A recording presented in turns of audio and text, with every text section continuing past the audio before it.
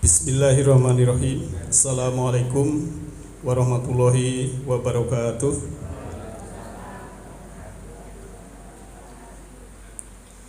Alhamdulillahilladzi anzala ala abdil kitabah wa lam yaj'al lahu iwaja.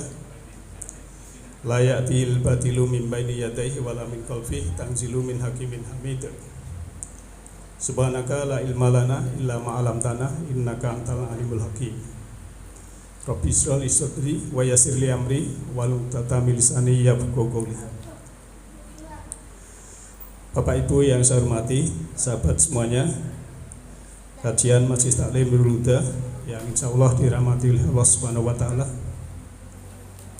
Marilah kita senantiasa bersyukur dengan membuka mata qalbu kita pada Allah taala bahwa pada malam hari ini kita masih bisa belajar bersama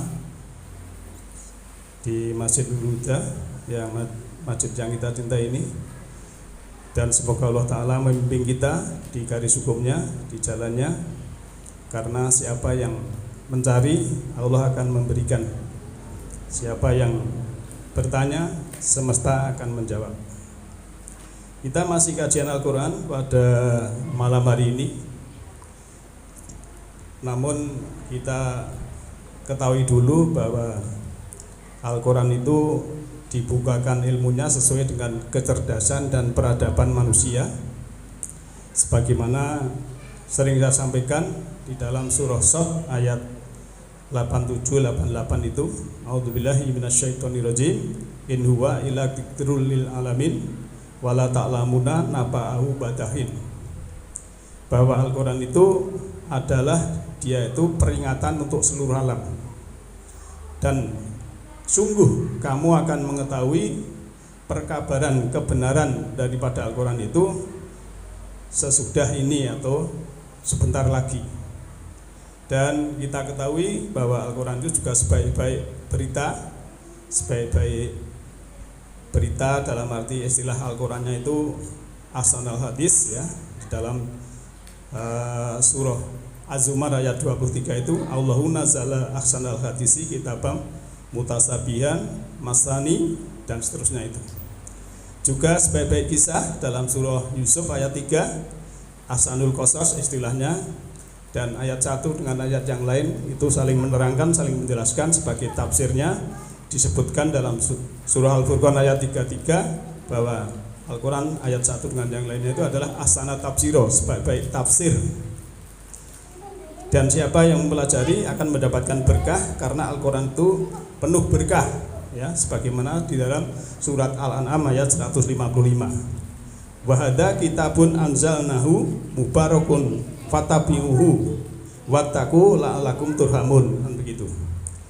Ini adalah kitab yang kami turunkan dengan penuh berkah, maka ikutilah dan takwalah agar kamu sekalian mendapatkan rahmat. Bapak Ibu yang saya hormati, mari kita mulai malam ini kajian. Tadi hanya sebagai prolog untuk mengingatkan kita bahwa kita belajar Al-Quran itu memang ada sesuatu yang perlu kita pelajari untuk kehidupan kita ini. Ada tema atau topik yaitu LOSA, Love of Spiritual Attraction. Jadi nanti kita lihat hukum tabur tuai dalam spiritual. Kalau dalam surah Al-Baqarah ayat terakhir itu ada kata-kata laha makasabat wa alaiha maktasabat. Baginya apa-apa yang dia kerjakan, dan dia akan mendapatkan apa yang dia kerjakan. Jadi apa yang kita kerjakan itulah yang akan kita dapatkan. Jadi nanti kita akan melihat ayat-ayat, kita berselancar beberapa ayat, dan mari kita lihat, kita mulai.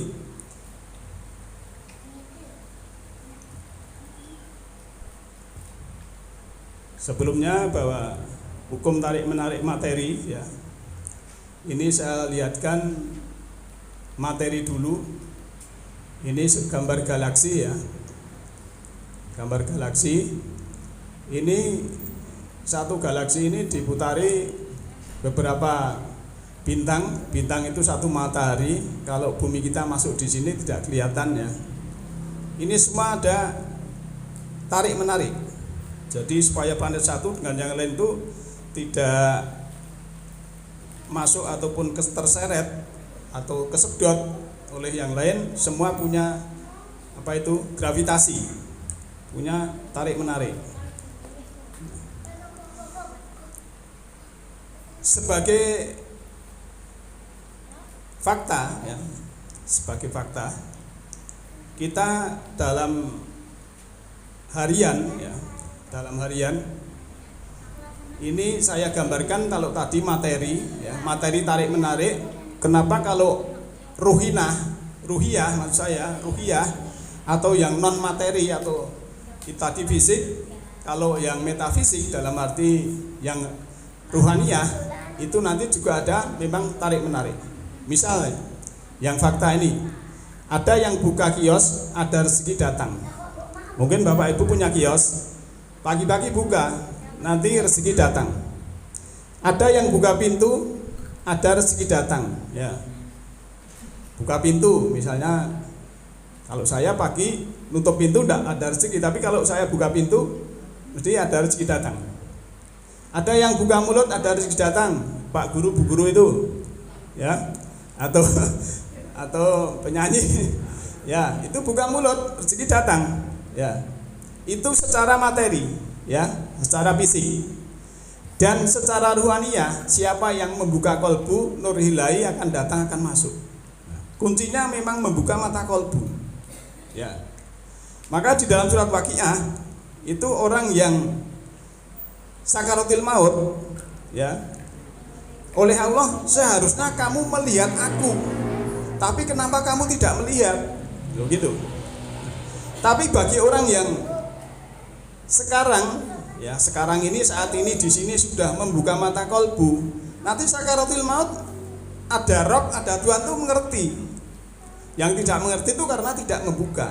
Nah ini saya analogikan yang materi dulu ya. Ternyata walaupun panjenengan punya kios di pasar, kalau tidak dibuka, tidak mungkin rezeki datang.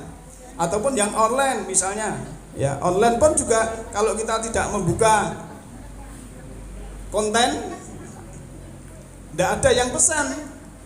Nah termasuk ternyata kuncinya itu adalah membuka ya, membuka. Kalau rohani membuka kolbu, membuka mata kolbu, supaya apa? Nur ilahi, cahaya ilahi, hidayah itu bisa masuk. Itu namanya ada resonansi, resonan, ada tarik menarik apa yang kita berikan kembali kepada diri kita. Nah kita mulai ya. Dalam kita melihat beberapa ayat itu oleh Allah sudah diberikan istilahnya petunjuk ya, petunjuk. Dalam arti nanti di komunitasmu itu ada seorang laki-laki yang memberikan peringatan, maka kamu jangan heran ya. Maka di sini disebutkan auzubillahi minasyaitonirrajim ya, awa ajibtum anja'akum dzikrum mir rabbikum ala rajulin minkum liyungdirakum wattaqu wala'alakum turhamun. Dan apakah kamu heran bahwa datang kepada kamu peringatan dari Tuhanmu dengan perantaraan seorang laki-laki dari kalanganmu sendiri, untuk memberi peringatan kepadamu dan agar kamu bertakwa dan supaya kamu mendapat rahmat. Maka kita harusnya tidak heran ya kalau ada di komunitas kita ya. Saya tidak menunjuk diri saya, siapapun ya, seorang laki-laki itu siapapun. Dan di sini laki-laki adalah lambang rohani yang bisa membuka mata kolbu tadi, yang bisa menyadarkan seseorang, yang memberikan peringatan. Kamu jangan heran ya. Dikira kalau kita misalnya ya, zaman Nabi itu orang begitu Nabi ada semua percaya ikut. Tidak Pak Bu ya. Ya kita bisa seperti sekarang inilah. Mungkin ada kajian yang berkelas tapi enggak begitu gaple gitu loh masalahnya. Misalnya ini sebagai contoh aja. Ya. Dulu juga begitu, Nabi itu malah justru Pak Lie ataupun siapa yang merasa sudah kaya, yang merasa sudah mapan, itu tidak perlu tidak perlu nasihat dan sebagainya. Muhammad itu dibreke. Seakan-akan apalagi zaman Nabi Nuh ya. Zaman Nabi Nuh itu juga parah lagi, beratus-ratus tahun berdakwah hanya itu sedikit, sehingga dia itu berdoa pada Allah, ya wong kafir ini mbok dia akhirnya juga ditenggelamkan.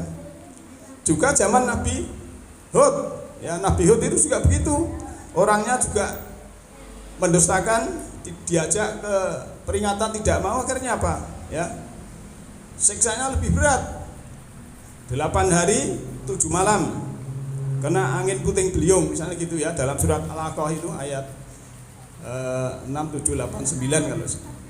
Nah ini sebagai landasan kita, ternyata kita tidak heran kalau kita mendapatkan peringatan dari seseorang yang di situ adalah, di sini disebutkan ya, ala rajulin minkum, min itu dari kum, kamu sekalian, jadi dari kalanganmu sendiri.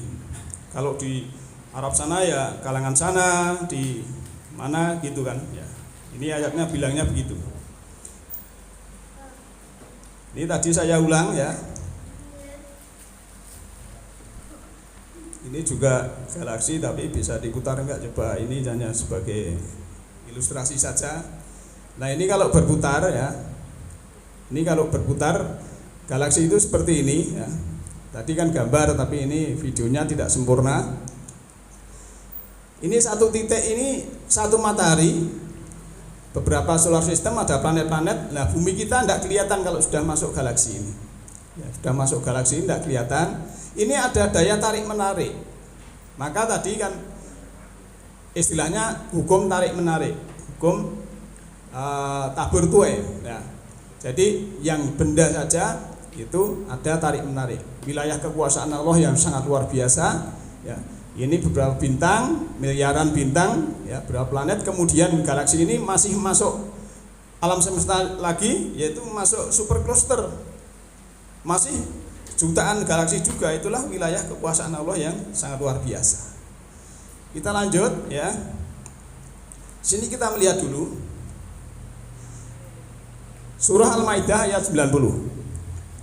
Ya ayyuhalladzina amanu innamal khamru wal maisiru wal ansabu wal aslamu rizsum min amalis syayatin, min amalis syaitan fajtanibu la'alakum tuflihun. Wahai manakah dia orang-orang yang telah beriman, sesungguhnya khamr dan judi serta berhala dan undian adalah kotoran atau najis dari perbuatan setan, maka jauhilah dia, semoga kamu menang, semoga kamu tuflihun itu menang atau bahagia. Nah, ini sebagai pembuka dari kajian kita itu, bahwa di sini yang saya maksud khamr dan maisir. Khamr itu nanti yang memabukkan, maisir itu judi. Ya. Tapi saya membahas dari dimensi yang lain, bukan berarti kita membolehkan minum khamr, tidak, tapi saya membahasnya lebih dalam. Mari kita lihat ya.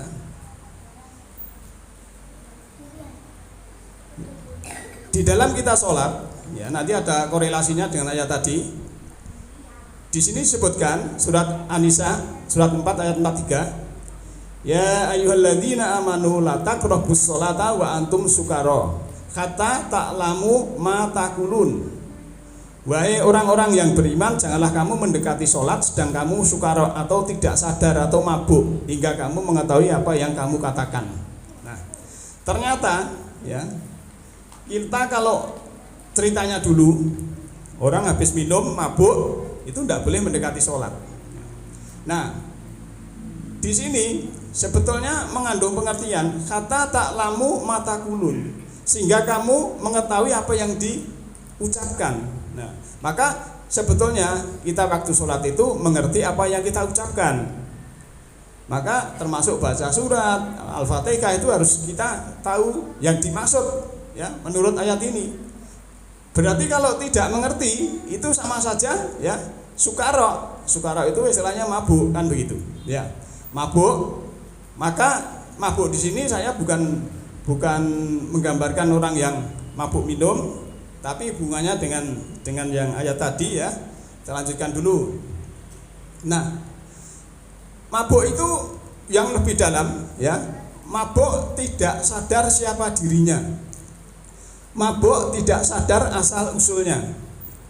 Mabuk tidak sadar siapa Tuhannya. Mabuk tidak sadar untuk apa hidup ini, dan mabuk tidak sadar mau kemana kelanjutan hidup ini. Nah, ibu bapak sahabat yang saya hormati, jadi sebetulnya ini lebih berbahaya daripada orang yang minum khamr mabuk terus mungkin nanti terus dia sadar atau apa. Tapi bagi kita ya, ini peringatan keras, jangan sampai kita kena khamr yang mabuk ya. Mabuk apa? Dikira mabuk itu yang teler itu juga iya, tapi secara spiritual ya, karena kita membahasnya spiritual tadi ya, LOSA, love of spiritual attraction tadi ya. Kalau ada diri atau manusia dia itu tidak sadar siapa dirinya, ora mudeng awake dhewe iki. Ya, awake dhewe iki ora mudeng aku ki sapa. Akhirnya apa? Hidup semau gue. Maka dia harus tidak mabuk, seharusnya yaitu sadar siapa dirinya. Maka saya sering di YouTube kita itu kan meniti ke dalam diri banyak sekali ya yang berhubungan dengan saya, selalu mengingatkan mari ke dalam, masuk ke diri ya, tahu diri kita sendiri, jangan menjadi orang lain, jadi diri sendiri. Supaya apa? Tahu mengerti dirinya sendiri. Maka man arafa nafsahu ya, dia akan arafa robbau, dia siapa yang mengenal dirinya akan mengenal Tuhannya. Ya, biasanya orang cari Tuhan ke Gunung Kawi ya, ke Laut Kidul, padahal di dirinya itu ada Tuhan. Allah itu aqrabu min hablil warid, Allah lebih dekat dari urat nadi leher manusia itu. Nah, kemudian kalau tidak sadar asal usulnya, nah ini juga kita harus tahu asal usul kita ya.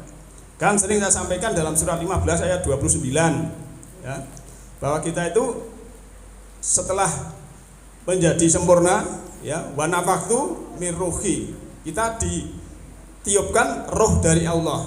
Berarti sebetulnya kita ini makhluk ruhani, cuma dikei casing, diberi kendaraan yang berupa jasmani ini.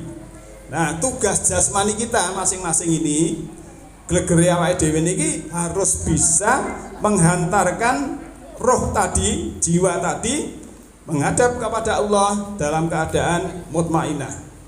Itu tugasnya glegere napa? Rogone niki, ora rogone malah guru seneng-seneng go mangan enak ya, malas ibadah, malas belajar dan lain sebagainya. Ya akhirnya kan seperti kemarin yang saya gambarkan, kalau kita menuju cahaya Allah ibaratnya kita menuju matahari, tapi kalau kita mencari dunia ibaratnya kita memegang bayang-bayang kita ya. Kalau menuju Allah, menuju matahari, otomatis bayang-bayang dunia itu mengikuti. Tapi kalau kita mengejar bayang-bayang era kecekel, Allahnya, petunjuknya juga tidak kepegang, dua-duanya enggak dapat. Jadi orang yang mencari hanya materi, hanya dunia saja, itu sampai mati tidak dapat apa-apa. Dunianya ditinggal tidak dapat apa-apa kan begitu. Maka gelone ataupun apa itu menyesalnya orang yang meninggal itu salah satunya, kalau saya hidupkan lagi saya mau infak kan begitu. Ya, itu ada ayatnya di dalam surat At-Taghabun atau ya surat 63 dan 64. Kita lanjut. Ya, kadang ada yang tidak sadar siapa Tuhannya. Ya, kadang orang itu kalau ditanya, walaupun orang itu tidak beragama, yang bikin langit dan bumi siapa? Ya Tuhan kan begitu. Tapi Tuhan yang mana? Kadang orang tidak sadar. Contohnya ya, mengaku punya Allah, punya Tuhan ya, tapi merusak warung orang, ya, membakar dan lain sebagainya, walaupun dia itu mengatasnamakan Tuhan, tapi sebetulnya itu Tuhan yang mana harus dipertanyakan dulu. Orang Islam itu rahmatan lil alamin. Islam itu kasih sayang, ya. Tidak merusak. Allah itu maha memelihara, maha membangun, ya. Kemudian maha menciptakan. Dan kalau Tuhan sampai merusak seperti itu namanya kita pertanyakan tidak sadar siapa Tuhannya. Tapi kalau ada orang, ya, orang misalnya mencuri atau korupsi masuk bui, ya, itu bukan bagi Allah bukan hukuman. Itu karena apa? Karena tabur tuwe tadi. Karena dia sudah menabur sebab akibat, dia mencuri atau dia korupsi kemudian masuk bui, itu bukan salahnya Allah, itu salahnya mereka sendiri. Lantas kita lanjutkan tidak sadar untuk apa hidup ini.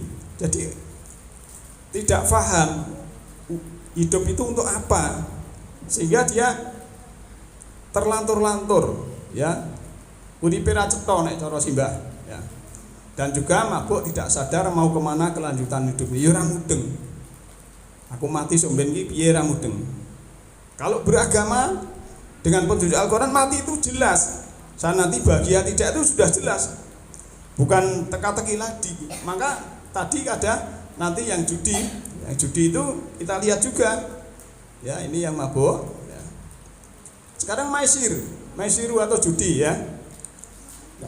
Biasanya kan kita kalau wah itu maisir judi itu ya main gaple, kemudian apa ya, pokoknya sing gitu-gitulah atau jackpot dan lain sebagainya.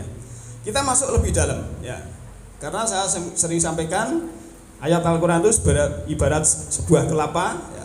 Kalau kita cuma dapat luarnya, dapat serabut, ya paling jadi keset. Tapi kalau kita masuk ke dalam, ya, kita dapat buah kelapa, dapat air kelapa, dapat santan. Bahkan santan itu kalau mbah-mbah dulu bisa menjadi minyak. Minyak fungsinya sangat luar biasa. Barang mentah bisa matang, misalnya gitu. Maka kita masuk ke dalam, ya.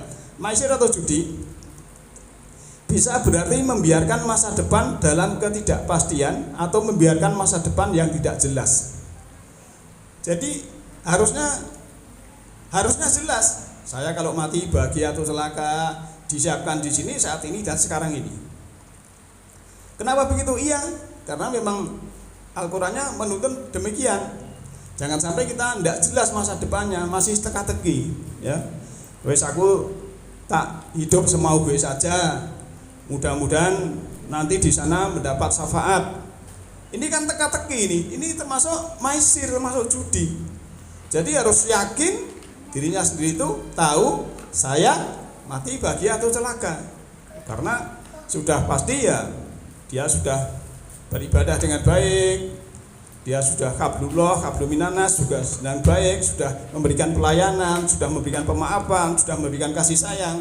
Akhirnya jelas dia akan bahagia. Tapi kalau masih ada dendam, sakit hati, kecewa, masih hutang jiwa, ya, masih belum memaafkan, masih dendam dan sebagainya, ya jelas ini jelas celaka. Bukan teka-teki lagi lah masih wah mudah-mudahan di sana mendapat syafaat misalnya gitu. Harusnya dari sekarang, ya, dari sekarang saat ini mulai di sini kan begitu. Ini termasuk tadi ayat tadi, ya, maka saya membahasnya bukan judi konvensional itu, tapi kita yang berarti adalah kita membiarkan masa depan dalam ketidakpastian atau membiarkan masa depan yang tidak jelas. Nah, Bapak Ibu dan sahabat yang saya hormati, maka di dalam surah Ar-Rahman ayat 60 Allah juga sudah menyebutkan al jazaul ihsani ilal ihsan. Tidak ada balasan kebaikan kecuali kebaikan pula. Jadi kebaikan itu balasannya juga kebaikan. Ada istilahnya resonansi atau tabertue atau sebab akibat. Ya. Misalnya ini yang fakta, misalnya yang gampang itu loh. Apa pembalasan yang mudah baik dapat baik misalnya itu. Misalnya jenengan mau punya gawe, punya hajat mantu, ya. Mantu anak perempuan. Biasanya nek mbah-mbah dulu itu nek mantu itu kan lumahne piring. Maksudnya yo panganani aja awal kan begitu nek mbah biyen. Terus jenengan waktu rubuhan tangane Pak RT dibunjung ingkung, misalnya gitu ya ta. Nek Pak RW ra dibunjung ra apa-apa. Nah, nanti otomatis ya Pak RT Pak RT ini wah dibunjung ingkung mosok aku kono tamu ra mangkat. Nah, itu lah. Akhirnya kan punya apa? Daya tarik. Ini hukum tarik menarik. Lah nek Pak RT gus di WA, Pak aku mantu anu tanggal sekian ini kunjungan ini ra eneng ya Pak RT ya, nyang pasar sik wae kan gitu mestine. Bisa gitu. Iya, ini gampang aja kita ndak apalagi yang masuk ke dalam ya. Ini manusiawi dalam artian begitu ya. Nah, ini contoh aja, baik mesti kembali kepada baik. Nah, maka mari kita berhenti mabuk atau tidak sadar. Mari kita berhenti judi atau kita berhenti membiarkan masa depan yang tidak jelas. Jadi harus kita berhentikan waktu kita tidak sadar itu supaya kita hidup berkesadaran. Nah, hidup berkesadaran itu akan meningkatkan kesadaran yang tinggi. Maka kalau di dalam Al-Quran itu ada istilah puncak kesadaran, digambarkan sebuah gunung ya, waktu Musa ya mendekat ke gunung, dia dalam puncak kesadaran, kemudian Allah memperlihatkan tajalli, kemudian tidak sadar, setelah sadar dia mengucapkan inilah saya sebagai awal mukmin. Dan itu memang dalam puncak kesadaran itu kita akan selalu bersama Allah. Tapi kalau kesadarannya rendah ya, masih marah-marah, masih uring-uringan, baperan, masih suka ngomongin orang, itu ya otomatis dia masih dalam keadaan tidak sadar. Nanti apalagi sakit hati, kecewa, dendamnya dibawa waktu sholat ke masjid misalnya, itu masih mengingat orang, sholat kok masih ingat orang, kan begitu. Nah, maka mari kita lihat jangan sampai hal yang demikian itu kita jalani ya. Maka kita harus hidup dalam keadaan sadar dan kita harus memastikan mulai saat ini, di sini, sekarang ini hidup yang akan datang. Karena apa? Ya, karena memang setiap manusia itu sudah memperoleh apa yang diusahakan. Wa alaisal insani illa masa'a ya, dalam surah An-Najm ayat 39. Ya kalau tidak salah 53 itu An-Najm ya. Nah, maka kita harus berusaha. Karena ada hukum sebab akibat, ya kita bikin sebab yang baik, nanti akibatnya akan menjadi baik. Bahkan itu dikuatkan ya kalau di dalam surah Mudatsir ya. Surah Mudatsir itu surat 74. Itu kalau tidak salah ayatnya 38 ya. Kullu nafsin bima kasabat rohinah. Jadi setiap diri, setiap orang bertanggung jawab atas yang telah dilakukan. Jadi kita tanggung jawab masing-masing ya. Orang tua, suami istri tidak bisa menanggung perbuatan diri yang lain. Semua harus ditanggung dirinya sendiri. Apalagi kehidupan nanti. Sekarang saja ya. Saiki mawon, sak menika mawon nek panjenengan sakit ya. Saomah isine wong 5 sakit. Kan sakitnya rasa dindum. Paling iso bantu mijeti ya toh, ngeroki, mulai ke obat, tapi sakitnya itu kan ndak bisa dibagi, itu ndak bisa. Maka ya kita harus sedapat mungkin sehat dan bahagia. Sehat bahagia itu satu paket. Nek sehat tok ora bahagia ya kurang. Tapi bahagia kok sakit, apa ya iso? Ora iso kan. Itu ya. Kita lanjut. Surah Ibrahim ayat 51. Liyajziyallahu kulla nafsim ma kasabat innallaha syari'ul hisab. agar Allah memberi pembalasan kepada tiap-tiap orang terhadap apa yang ia usahakan. Sesungguhnya Allah Maha cepat hisabnya. Jadi sama saja ini kullu nafsin maka sabat itu kan sama dengan di surah Al-Baqarah ya, ayat terakhir itu laha maka sabat wa alaiha maktasabat. Baginya apa-apa yang dia usahakan dan dia mendapatkan yang dia usahakan. Jadi bukan orang lain ya, seperti tadi dalam surat 53 ayat 39 tadi ya. Itu hampir sama isinya. Nah, kita harus hati-hati Bapak Ibu sekalian, karena yang namanya hukum tarik menarik ya secara spiritual itu ada pesan-pesan yang sangat luar biasa ya. Apa yang kita sukai akan berkembang. Jadi yang kita sukai apa? Kalau yang kita sukai misalnya senang membaca Al-Quran, kemudian qiraah, tilawah, memahami, kemudian tadabbur yang lebih masuk ke dalam, lebih mendapatkan petunjuk, itu akan berkembang ya, akan berkembang. Tapi kalau yang disukai itu wah aku tak yang malam minggu saja sholawatan, nanti malam minggu lagi sholawatan terus sampai bertahun-tahun gitu terus, ya itu yang berkembang itunya, tidak dapat petunjuk, tidak dapat Al-Quran. Padahal Al-Quran itu 6.236 ayat, 114 surat, 30 juz. Itu harus kita pelajari. Lah nek tiap minggu seminggu pisan cuma sholawatan besok itu kan petunjuknya kapan datangnya kan begitu. Kita harus berpikir logis ya, berpikir logis. Jadi yang namanya petunjuk Al-Quran itu seperti resep dari dokter ya, kemudian kita baca, kita tindak lanjuti, kita belikan obat ya, kemudian kita tindak lanjuti diminum, bukan resep ini, tulisan ini kemudian kita baca terus ya, ataupun malah kita bakar abunya diminum sama air ya enggak sembuh. Bang, intinya itu cuma resep kok. Dan Al-Quran itu cuma muskapnya, rohnya itulah ya, energi makna yang ada di dalam itulah yang bisa memberikan kekuatan yang dahsyat pada diri manusia. Maka di dalam topik yang gagahkan jiwa dengan kelembutan, saya mengambil contoh Zakaria, walaupun dia sudah tua tapi jiwanya dikuatkan dengan kelembutan, dengan kebaikan, akhirnya dia juga punya kekuatan. Tapi kalau fisiknya sudah lemah, kemudian jiwanya sakit-sakitan, ditambah didik anak era cetok, anak nakal sisan cepet nih, misalnya gitu. Ya, maka kita harus menyukai yang kita kembangkan. Ya, kalau kita yang kita sukai belajar Al-Quran nanti akan berkembang juga. Maka orang yang jauh dari Al-Quran itu akan mendapatkan teman setan kan begitu. Surat 43 ayat 36 37 itu.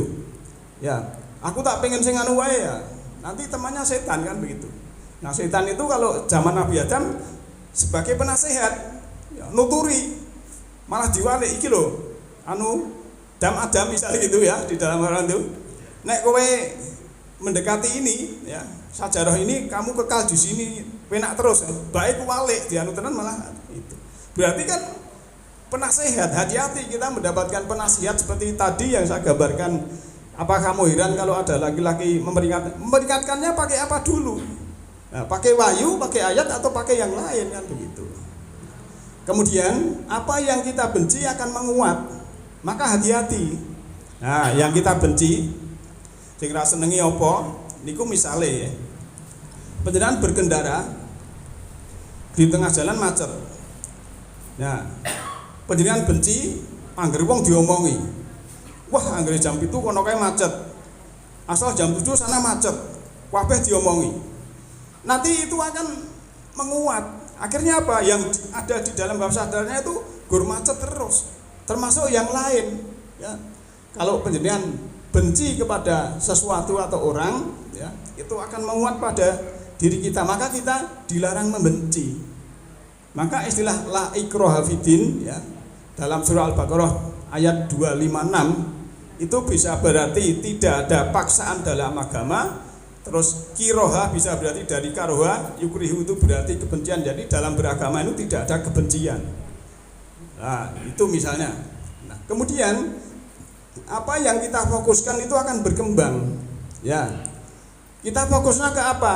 akan berkembang. Kalau kita fokusnya itu misalnya ingin rezeki yang banyak, kemudian nanti kalau punya rezeki saya akan berinfak sedekah, ya ini akan berkembang fokusnya.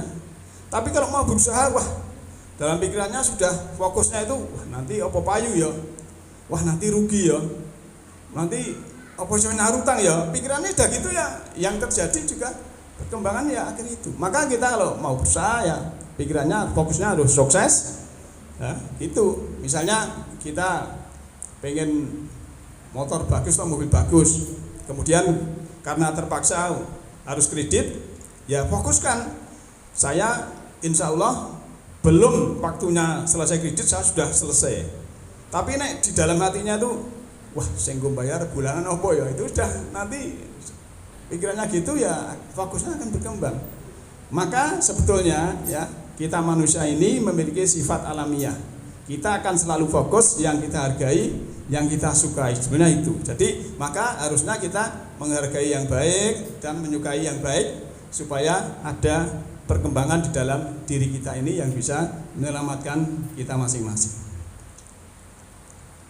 Nah, mencari petunjuk tentang kebenaran ibarat itu menyelam mencari mutiara di lautan yang dalam. Ya. Jadi ini saya analogikan dalam kita mencari petunjuk, mencari kebenaran pada Tuhan itu ibarat menyelam mencari mutiara di lautan yang dalam. Mari kita berselancar ya. Di sini saya bukakan dulu dalam surat Ar-Rahman ayat 19 ya. Di sini disebutkan marajal bahraini yaltaqiyani. Dia membiarkan dua lautan mengalir, yang keduanya kemudian bertemu. Pertemuan dua lautan menemukan mutiara dan marjan adanya di kegelapan samudera yang dalam. Mutiara tidak bercahaya, adanya di dalam tiram. Maka kita harus menyelam. Kalau cuma duduk-duduk di pantai, namanya tidak menyelam, ya tidak dapat mutiara. Demikian Bapak Ibu.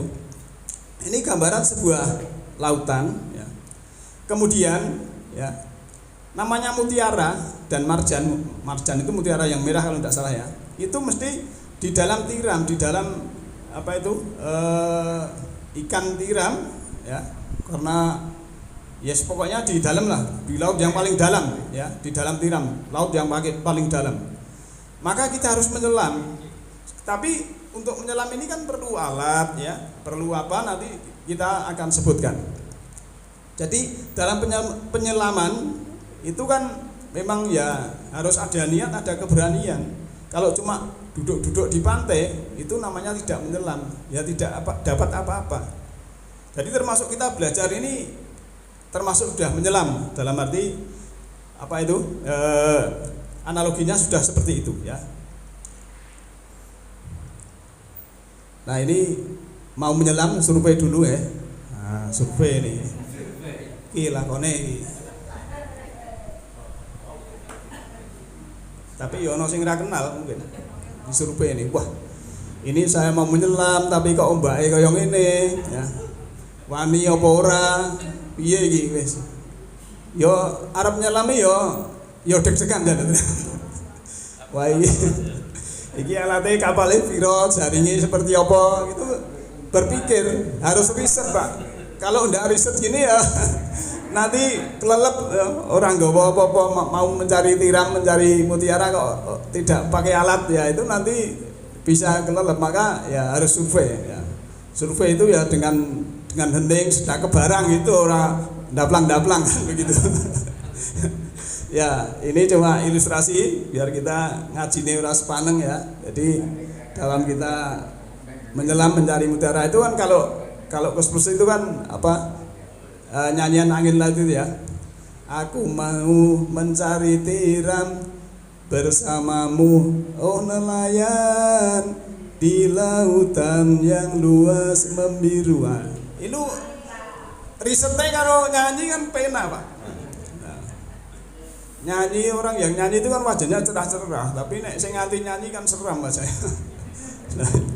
Maka nek punya suami atau istri nyanyi itu biarkan saja dia berekspresi.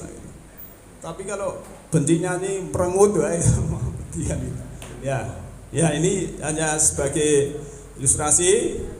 Mari kita lihat ya, orang yang gagal mengambil mutiara namun sudah menyelam itu sudah bagus daripada yang hanya nonton di pinggir laut. Nah, ini itu tadi kan survei, baru nonton, belum dapat apa-apa, tapi sudah bagus ya, sudah melangkah kan begitu.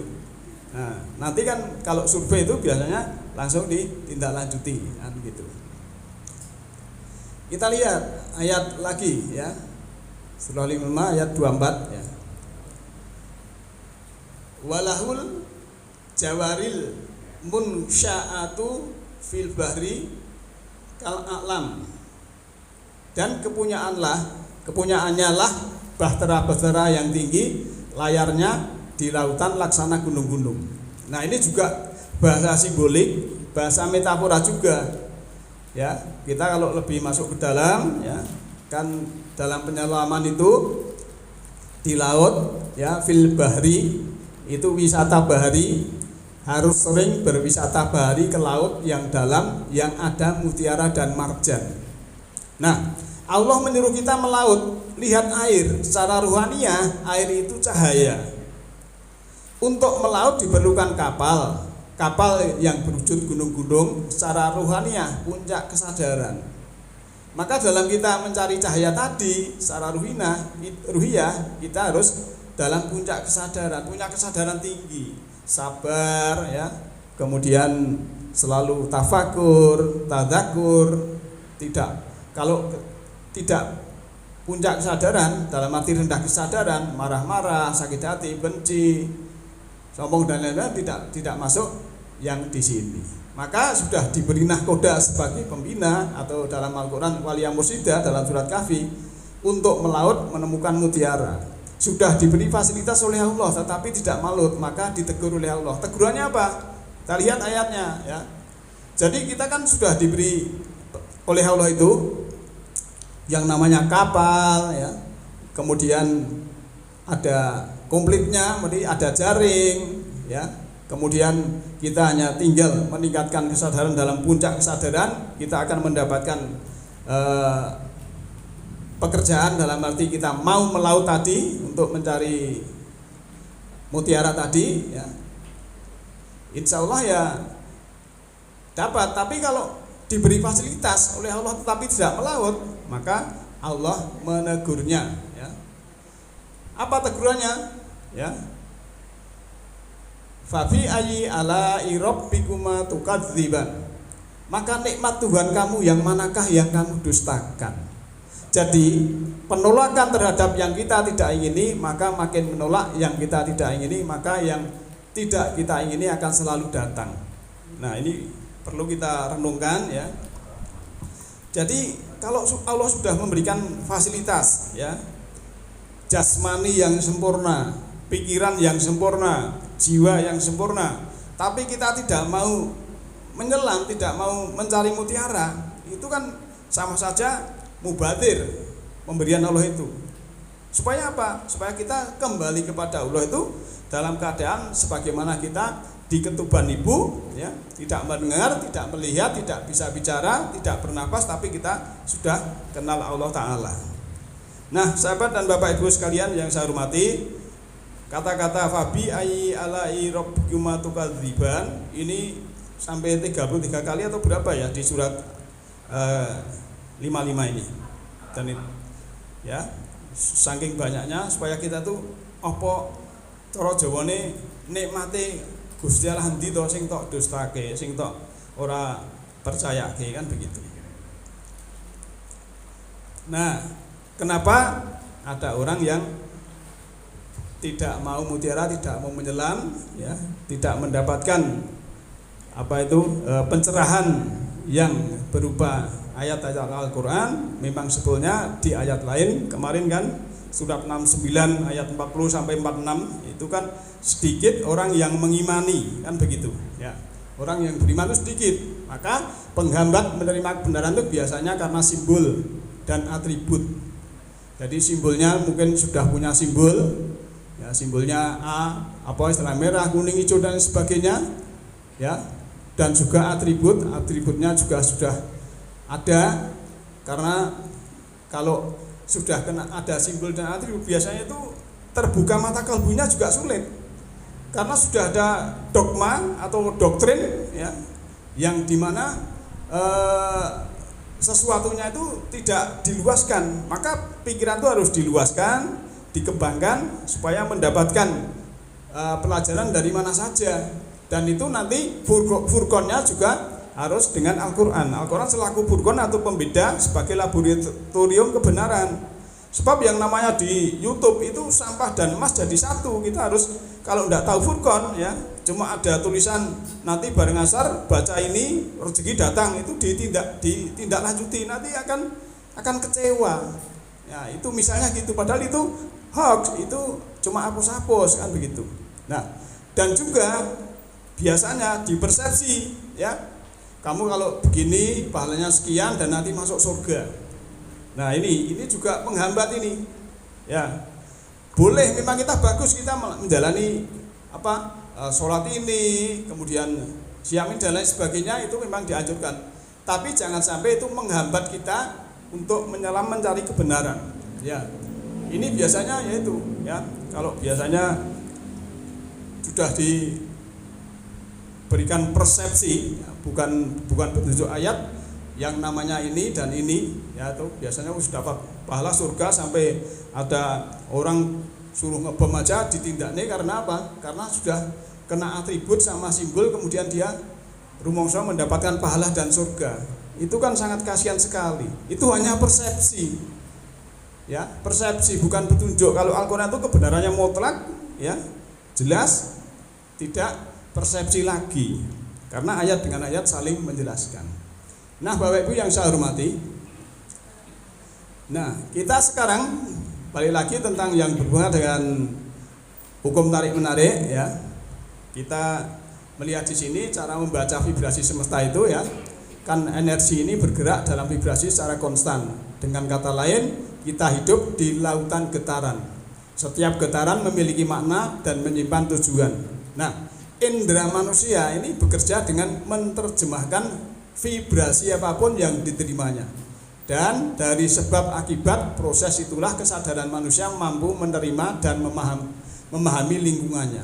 Sehingga akhirnya kesadaran manusia memiliki yang namanya pikiran, perasaan, dan pilihan dalam bertindak seperti yang selama ini kita miliki sampai sekarang. Semuanya ini adalah berkat dari menerjemahkan vibrasi. Jadi vibrasi itu getaran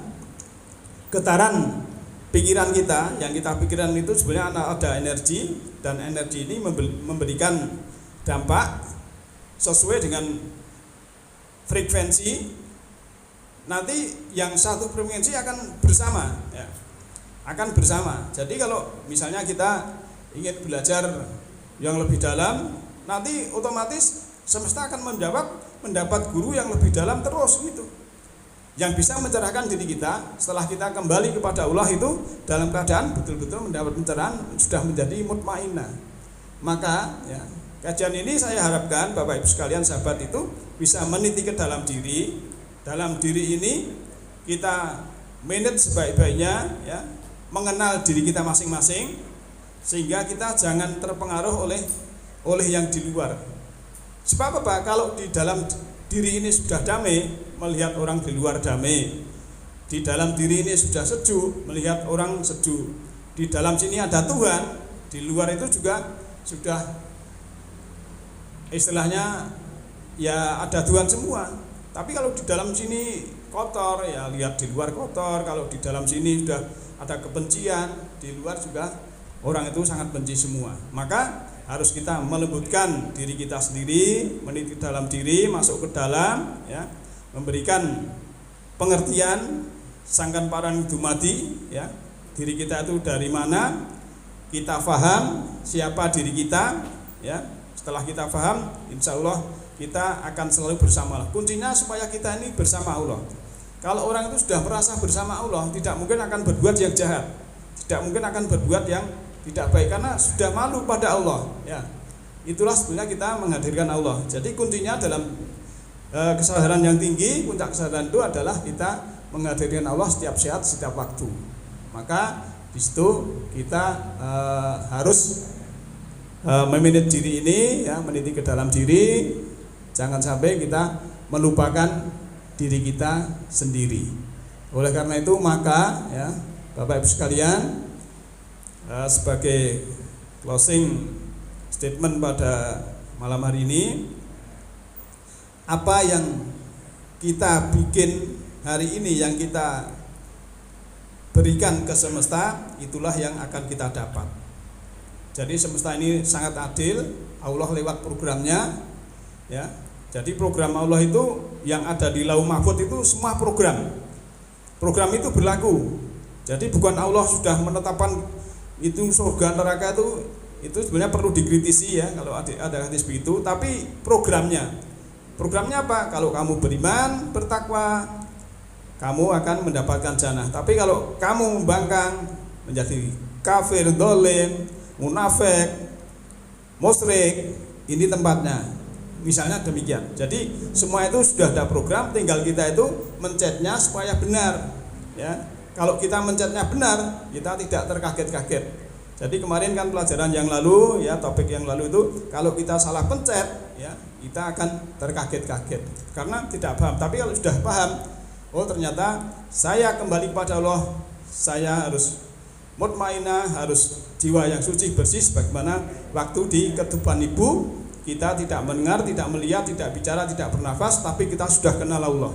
Dan nanti kita akan menghadap Allah juga harus kenal Allah. Dengan begitu insya Allah Allah akan membimbing kita. Demikian malam ini, mungkin ada pertanyaan atau komentar, saya persilahkan. Namun saya tutup dulu. Nasrun minallahi fakum qarib. Alhamdulillahirabbil alamin. Assalamualaikum warahmatullahi wabarakatuh.